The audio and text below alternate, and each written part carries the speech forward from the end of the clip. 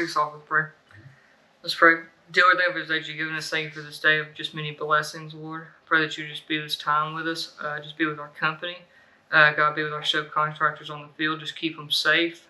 We just appreciate everything you do for us. And just let us just take this time, Lord, to just help glorify your kingdom. Just in pray. Amen. Amen. Well, thank you, Chandler. And welcome back, everybody, to Residential Resource Podcast. You all know Lisa. This is our nephew and superintendent, Chandler Key. And we're just thought it would be fun to do like a speed Q&A, just kind of off the cuff. So we're going to just jump right in here and see how it goes. So, Lisa, I'll let you jump in there with some questions. Absolutely. I'm going to probably ask the questions because no one else can probably read my writing. So, this was honestly just a last-minute idea to bring Chandler in. We are a family-owned company, and we truly are a family-owned company. Chandler is our nephew. He is now our superintendent, but Chandler was also the first residential resource employee. And he has been in every seat in the company, literally every seat. He is estimated, he's been in accounting, he's helped in sales. Now he's out in the field. And Residential Resource was also the first building company that Chandler's been involved with.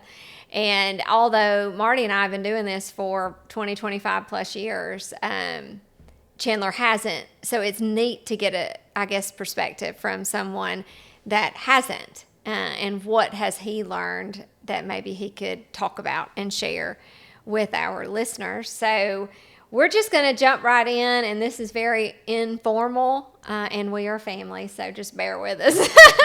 No telling what's about to happen, so Here we go. So we wanted to ask Chandler, first and foremost, tell us about some of the biggest frustrations you hear from customers. I would say the biggest one that I hear majority of the time is communication. Mm-hmm. A lot of times during the build, there's just so many things that are fluently going on, so taking the time to communicate the customer of what's going on so then they don't get blindsided with anything, I think has been the number one thing I've heard, especially building these houses on Smith. And so what do you do to try to, help with the communication with the customer? Typically we have, in our system, we have job logs that we do.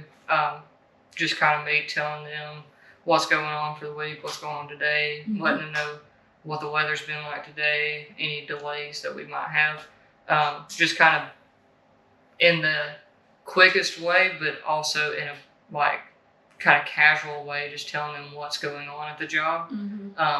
Just because they're not there every day like we are. So just those little, I kind of call them social media posts, really, because you're not trying to dive deep into what's going on, but you're just trying to give them the brief points so that they can see that progress is going on the job. I was going to add to that. Do the customers want to hear what they want to hear, or do they want to hear the truth? A lot of times it just depends on the customer, because I think everybody has a different personality. Sometimes if you want to know a lot, but I think knowing too much can make a customer anxious or stressed out. That will put them in a situation where hey, maybe you don't need to hear everything, but maybe in some scenarios you do, so then you can understand what we're going through to get your house built. I think that's a really good point, is we don't give the every single day hiccups that happen, because it would stress you out. But we try to hit the highlights.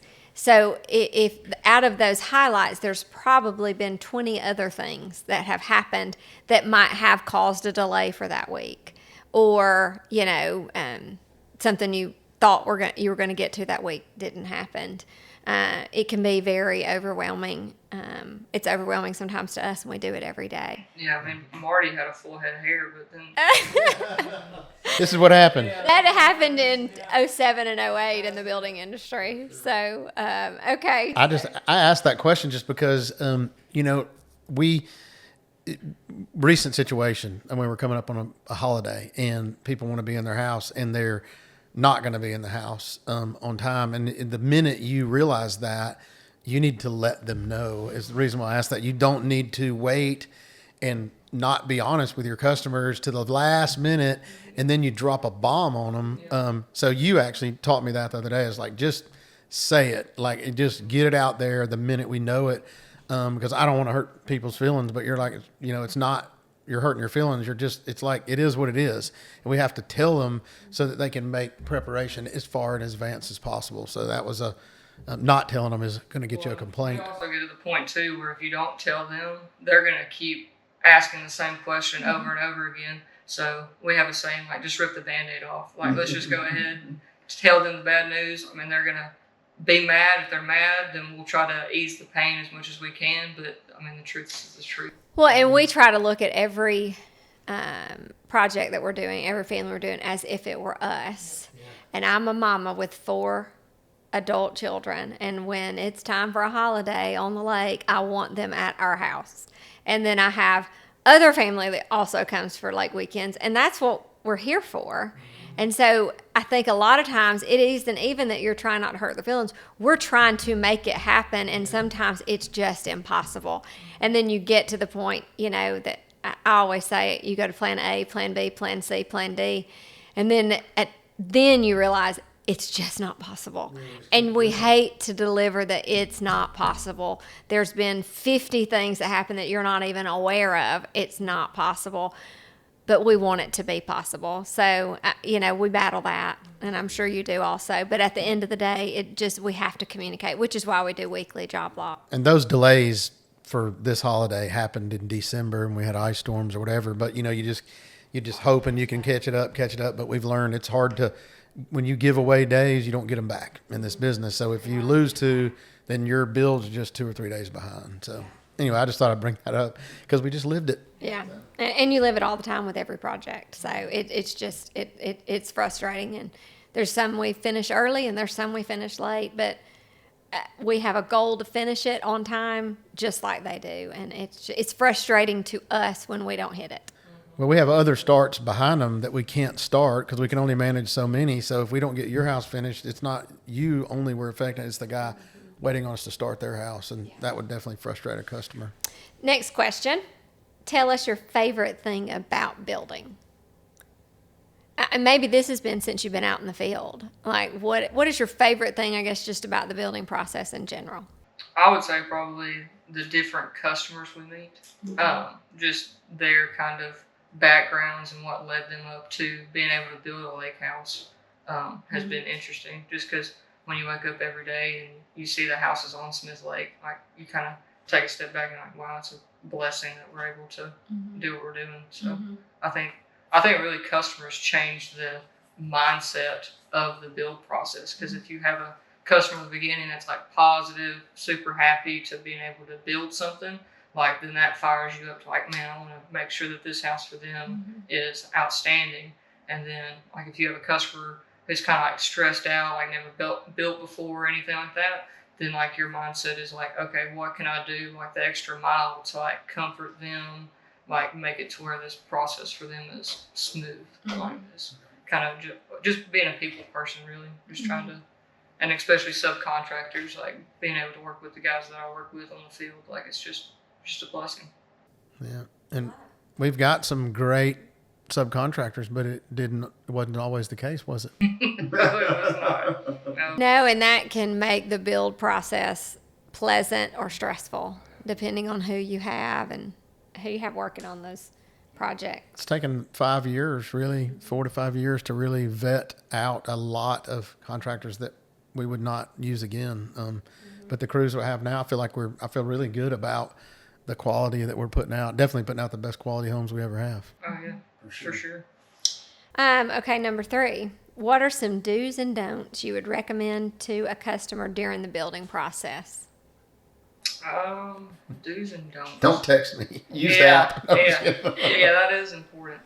I think texting is one to talk about. We have an app where we keep a record, because for Chandler, if he's got 7 houses going and 7 different families, husband and wife, that's 14 people texting him plus us. Yeah. There's no way to keep up with it. So we have to have documentation and a process, or it gets lost. Oh, yeah. Well, I tell people all the time, especially customers, because there's a few of them that we're building for now that have my cell phone number, and I tell them like at the end of the call, like, hey, if you can, just send us a message and co-construct, because like I'm ADHD. Like, I'm gonna be honest with you, like I got like a ton of things going on after this phone call, so the likelihood of me remembering this conversation is very slim. So like if everything gets put in our system properly, then we have people in place to help remind me to get stuff done for customers. So, and they usually chuckle when I say that I have ADHD. Not that they can tell or anything.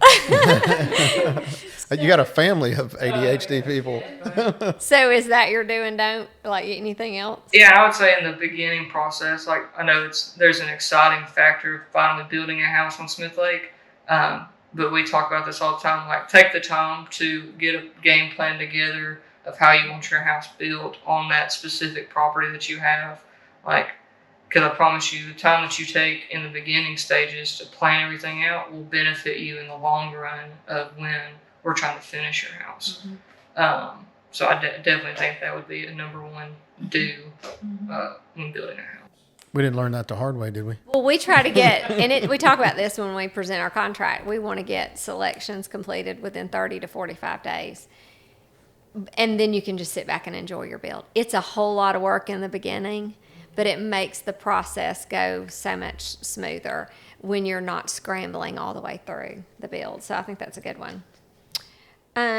Well, we've already talked about building timeline. This was a question. I wanted you to talk about the timeline of a build and how, I guess, the frustrations and then why it maybe takes so long, or it might not take as long, but just the process in general. That was something that you brought up. Yeah, just time frame. Like, I mean, you probably hear at least once a day, when are you gonna have my house finished? So why in our contract are we reluctant to give a firm date, and why do you just help us understand, like, why can't we just say it's going to be done on the 4th of July? Well, we have in our contracts, we do have a goal date, just because as a company, we want to try and give you a goal so you can kind of understand the time frame of when we hope to give your house to you, so then you can enjoy Smith Lake.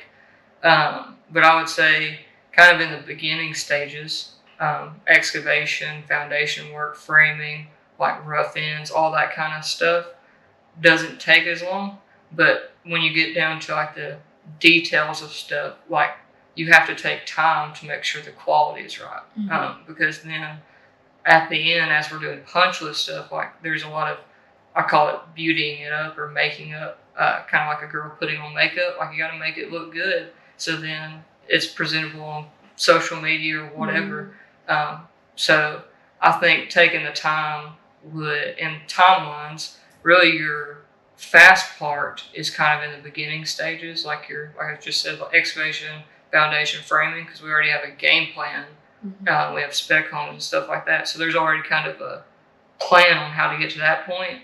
But the kind of specifics that you're wanting in your house, like that takes time to get material, takes time to get subcontractors out in the field. So like that portion is kind of out of our control. So that's why we kind of have struggles with time. I was going to say, give me a few things that might cause a delay in building a house. Definitely number one, weather. You can't build anything or do anything outside if it's pouring down rain or a thunderstorm's coming. Or an ice storm. We had about a week of that, 2 weeks of that. Couldn't even drive on the roads for a week. That would probably be number one. Number two, we get a lot of things that might be on back order, things that just takes time. We actually had a customer right now, their master shower, we ordered their tile back in February, March, and it got back ordered all the way till July. And we told them that they would be moving in July. So like there's things like that is out of our control that you have to kind of turn basis and do what you can do to get them in the house. Do your contractors show up exactly when they're telling you they're going to? No, sometimes they do not. But I mean, everybody's got a personal life. I mean, this is work for. Well, or they've had 3 days of rain and they were supposed to go to another job first. And so when the rain stopped, they owed that person a visit. And so then we got pushed back.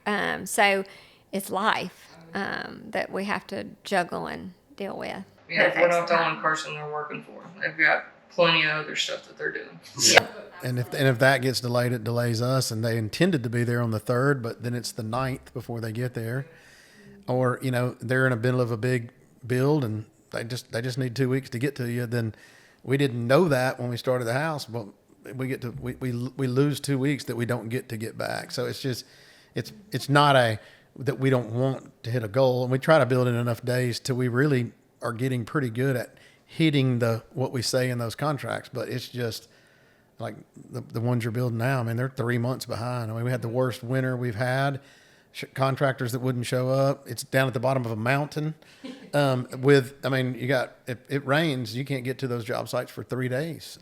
So we want to build it on time, on budget with 0 defects. I mean, those are things we talk about on a weekly basis, but there's just things that in this business that are out of our control. Yeah, out of those 3 things too, like the rain and material, like that's not just an us thing. I think anybody who builds houses, that's just a construction standard of stuff that is hard to manage or deal with because those are just things that are out of your control. Yeah, absolutely. Okay, next question is, what in your mind makes a great builder? This is great for people that are building in different markets that are listening to us too. Like, what would you say makes a great builder? I think I go back to your first question of like what we get feedback from customers and stuff like that. I think if you communicate well with your customers, if you communicate with who you're building a house for, communicate well with your contractors, like I think it solves 95% of the issues that you'll run into.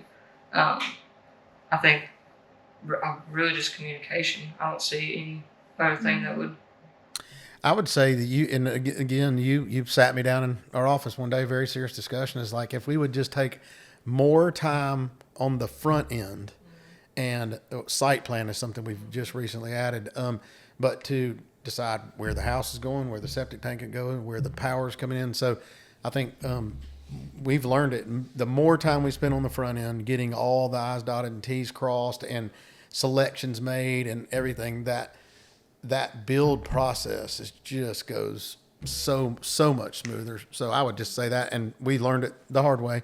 The customer wants to be in by a certain date, so we start too fast and don't dot the I's and cross the T's and get all the stuff organized before we start, that it was causing frustration for you. You're welcome. Throughout the build. Well, the next one is a good one. Give us one of your funniest moments while building houses. I mean, there's so many. Let's see. You were mentioning just a while ago, it just popped in my head, but you were mentioning a while ago about having a house like down the mountain or whatever. Like every time I'm on a job site, that's like the one thing people always say. And it's like, oh, here we are again, having a house down the mountain for residential resource. Like, because everything that we have, because obviously the closer you are to the water, the better a view you are. Yeah. So that was number one. And then I remember one time we were on a job site and we were installing a septic tank. And we had this big hole dug, like we're just about to sit the tank in there. And this HVAC contractor, he was setting out the same house. He's setting out, and he was going to go up to his truck to get water. Well, the guy, his coworker, was right behind him, so not even paying attention. Just turned around, was just having a conversation of what the guy needed, what if he needed a water. Just totally distracted, trying to get this work done. Next thing you know, he's in the hole. And we're like, hey, are you okay? And he's like, yeah, man, I just wasn't paying attention. I got a job to do. And he fell in the hole. He didn't get hurt or anything, but he just got back up and he just dusted it off, and he was laughing as he was getting out. He's like, that would happen to me. But It's like cartoons. Yeah. We had someone one time that worked with us get locked underneath the house. That was funny. Oh yeah. And thank goodness they had their cell phone. Could not get out. It was a door latched under just, it was a decking area, and there was a little door with a latch on the outside, but there was no latch on the inside yet. And they went in under the house, he did, and got locked in. Door closed behind him. And if you know stuck. anything about Smith Lake, you're not 2 minutes from anything. You know, it's a bit of a drive depending on where the job is. So he just had to sit under the house, took some selfies until somebody could come get him out from underneath the house. So I forgot about that one. That is a funny one. there's so many every day. There's just so many. Well, you got to have fun too. Yes. Like, you can't work a full week and not laugh because then you're not enjoying what you're doing. Absolutely. What's one of the scariest moments that you've had while building? I would say we've had a couple people, especially with the weather we're having currently, when it's like feels like 100-something degrees outside. We've had people, plumbers even, that have been on job sites not hydrating or anything, that have just passed out, just dehydrated. That's scary. And then we had a guy one time, he had a heart attack on one of our job sites where we had to carry him in a bucket going up to the... Again, we're down on the mountain. Yeah, we had to use a mini X to get him up the hill, like he was in For the the bucket. ambulance. Yeah, it was a skid steer. Put him in the bucket and take him up the mountain. So those two would be probably the major one. The plumbing one was probably the worst for me because like I just got there and he's just laying on the ground and his son's right there. But that's why I always try to keep waters in my truck to prevent that from now on. We deal with some tough people because the plumber, we hydrated him at the ambulance. He got up from the ambulance and went back to work and finished that job that day. And the guy that had the heart attack was back on that job the next morning. Like, these guys are tough out here working. They're going to get that paycheck on Friday. Let me tell you, they're going to. Yeah, and that's another thing about the building timeline. They want to finish too. And they'll get up the day after a heart attack and go at it again. So the delay is not out of sheer, like I don't want to finish your house. So We definitely want to finish them. So what would you say makes for a good subcontractor, the best subcontractor? I think we've got some really good ones that we consider our partners. Yeah, and so what would you say? Really, I would just say anyone that fits our personality, because we're a joking kind of family. Like, we like to pick at each other, make jokes with one another. I definitely think that's number one, because you don't want somebody who has a dry sense of humor just coming to a job site at 8 a.m. Like, you want to have fun with these people. People who communicate with us, taking the time to be like, hey, I know you want us to do this, but if you'll actually do it this way, like, it would actually be better for the house if you do it that way. Because we're not perfect. We're gonna miss things as we're building. Just because we got other stuff that's going on too. So having somebody that can just be an extra set of eyes for us is very beneficial. A true professional in their trade is so beneficial to a builder, because they can give you good feedback and pushback even. Like, there's a better way. And Yeah, I would say don't tell me. I've had contractors tell me after we finish, well, you did this wrong. And a good one will be like, hey, they try to help us be better builders. They will literally say, hold up, stop. If you did this way, you'd have a better result. And to me, a good one is that guy, the guy that waits to the end and waits for the problem to bubble up and goes, well, I could have told you that. I saw that when I was out there. I was like, well, appreciate you mentioning that one, pal. So. And even a lot of times, I'll even give him a shout out. Haven Phillips, he's one plumber that we use. Even if he's at the finishing line of finishing a house for us at the set outs, like if he sees something that's better for the customer, like he'll just take it upon himself to contact GLS, which is where we get our plumbing stuff from. But he'll contact them, get the right stuff that he needs to fix it and do it right. So then the customer long term has a better quality product in their house. So taking time like that is extremely important. the next one is a doozy. The smoothest way to navigate changes. And my initial response is just don't do them. Like, don't. Just stick to the plan. But we all know in reality, there are changes throughout the build. So what would you say is the smoothest way to navigate? I would just say, one, bring up to us what you're wanting to change. Because a lot of times, depending on the change, it could be a little change that's not going to take a lot of effort, or it could be a big change that's going to have to be a kind of a team evaluation of like, okay, like, how can we get this for them? Is it even feasible? For example, we just had a customer on one of our houses wants to take some beams out of her house. And so we as a group, like for us, that was a big change because we're in the middle of framing.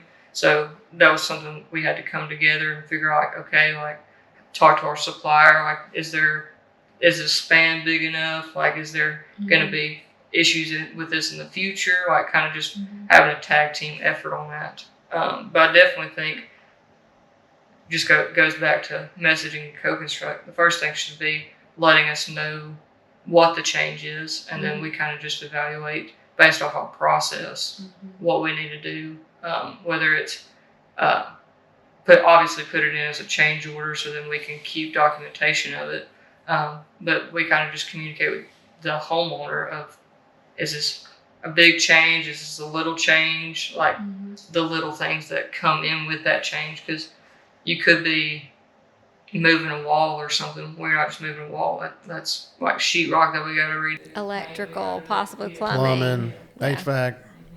There's sometimes it seems like a little change that is really behind the scenes a major change, and every builder hates changes, but it's for a reason.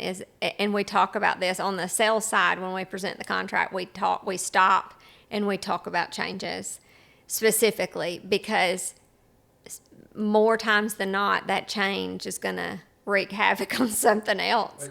We normally don't get them. I mean, even if you mess them up, not on purpose, because the message from the customer to us, from us to the contractor, the contractor, the guy doing the work, like just somewhere, somebody's going to miss it and go back and grab the original set of plans and do it wrong anyway. So it's just a. And then they get out there and walk, and I have a doorway here, and I'm not supposed to. Well, that contractor still had the original plans, didn't get the new set of blueprints that made it to the field after the fact. So there's a reason that builders, they don't like change. But we also know from it's just reality, you're going to have change. The best way to navigate them, I think, is what you said, put them on a change order, document it, and take the time to communicate through the whole process. And then on the customer side, I think, have some grace, because somebody has an old set of plans, they're going to mess it up. Don't panic. If you go out there on a Saturday and you see it's messed up, just get with your builder. We'll get it fixed. Whoever had that set of blueprints did not get the memo, but it's fixable. Yeah, I was going to add a question in there. I don't know if you've already asked it but what is the hardest thing about building a house? That was my next one. Well, actually, the question I have here is that it may be a little different than you. Biggest struggle of building on the lake versus a traditional neighborhood. You mentioned a little bit about that already, but what would you say the biggest struggle of building on the lake versus just being in a traditional neighborhood?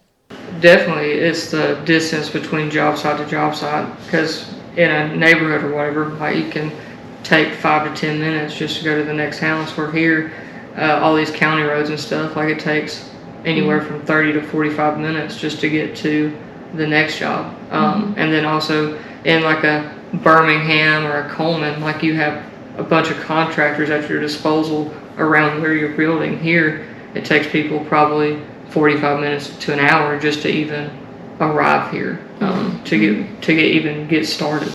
And both of those factors go back to that timeline. Is if we are using the same plumber and it's an hour from one project to the next, one side of the lake to the next. Well, in a traditional subdivision, he could probably knock those out in one day, but it's a 2-day. So I think that goes back to the timeline building on the lake versus the traditional. Yeah. What would you say the hardest part about building houses is? I want to help you because you tell me all the time. Yeah, I probably do. Finishing the house. Oh, yeah. What is it? The guy, I think it was Dennis that told us about it, was any fool can start a house, but it takes a builder to finish one. That is true. I mean, it is. The tedious parts of it. The end. The end. I can't believe you didn't jump right on it, but you tell me every day. Like, he tries to black it out. That's why.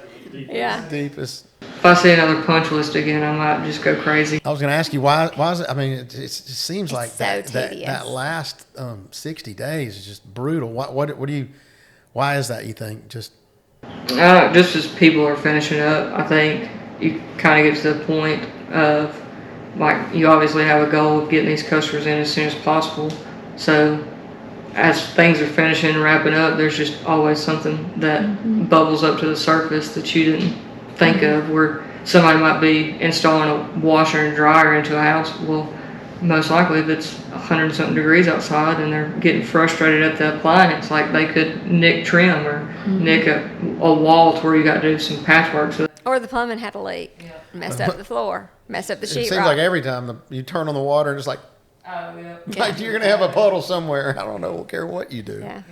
But I was just think, I think it's that, just kind of as you're getting to the final touches, it's just, there's things that just happen that, again, are out of your control, but you got to get them done to get a nice quality house. I'll compliment you on the way you finish houses. It's just been it's struggle for every builder, but struggle for us for sure. But good job on that. But I would just say another thing that's so hard on you is we don't allow a customer to move in a house that's not finished. So we punch them. We do a punch list, and then we send it to Chandler, and then we do another punch list. We send it to Chandler. So we pick that. I mean, we do this all the time, so our eye catches things that a normal person just walking through the house wouldn't even see. So I feel sorry for you because you got us who've been doing it our whole life, walking the houses, but that makes it harder to finish a house. It's so tedious and so many eyes on it that it's a list after a list after a list. And then we tell our customers too, when we turn the house over, we call it a celebration. We turn the house over to them.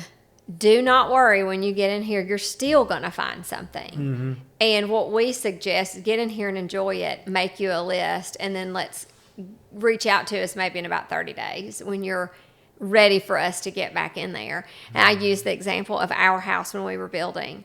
We walked that house all the time. It was our house, and we were in there probably a week and a half, 2 weeks maybe. I shut the laundry room door, and I'm in the laundry room. Well, I just normally don't shut the door. We had forgotten the baseboards behind the door, and we didn't even know it. I mean, there was just little stuff like that. So even then, even after all those walks, you find something. I mean, it's just little things. And there's so many people in it at the end that are stepping over each other that then creates issues. Well, it's hard too to get a contractor back. So it's one thing when a guy's coming out to put in all the plumbing fixtures, but like you forgot one faucet and then he's on another job. And then you're like, can I get him back out here to do one little thing? So we harp all the time. It's like, don't call him until you got everything for him. But it seems like that. And then there's like some quirky step, or when you're building off the side of these mountains, like today, the fireplace, like we didn't even realize we're going to have to build this little wall. You just don't know what you don't know. So that end is so tough to just get everything perfect. So Anything else? That's about all I have. Those were some top 10 questions that we had that we wanted to ask Chandler. any questions for us? Taylor, anything to add there? No, that's good. I think, I'm not a builder or anything, but I think hardest part is probably managing client expectations to, that's true. trying to make sure that everybody's happy when this thing is over. Especially trying to get the vision that they have in their head of what they think their house needs to look like, like getting that on paper to where then you can get it to the contractor to make that a reality. That's a good point. Yeah, expectations and the reality. And then a lot of times I think the expectation is one thing and your lot dictates it a little bit different of a reality. Yeah, I was going to say the for your frustrations we've heard, like when you're standing on the water and that picture is a 2D image of a set of plans, but when you're looking up from the water, that thing's 10 foot higher in the air, and I wouldn't think it, you know what I mean? It's like, so that was one, just setting expectations. In their mind, they've seen this picture in this magazine that they brought you originally, and it's on a flat lot, but you're building it on the side of the mountain, so that view from the lake is completely different. And setting those expectations from the beginning properly, also something we learned the hard way. But it's just, it looks different standing 20 feet below it on the water versus if you were in a drone looking at it straight on, So that was funny to me that we've been yelled at before because it doesn't look like the picture, but We do our best to make it look like the picture. And we've actually started doing pictures like rendering, so that this is what we're shooting for our subcontractors. And the company we use now, they can actually stand on the lot and plot pop it in there in From the the imaging angle, yeah. from those angles. Much better. To try to help set expectations. I think one reason, obviously we want to be a resource, and that's why we started this podcast. And then also, one thing we've talked about a lot is getting to know your builder. Whether you're building with us, you're building in Tennessee, Georgia, or Ohio, get to know your builder. And for us, this is one reason we wanted to bring Chandler in.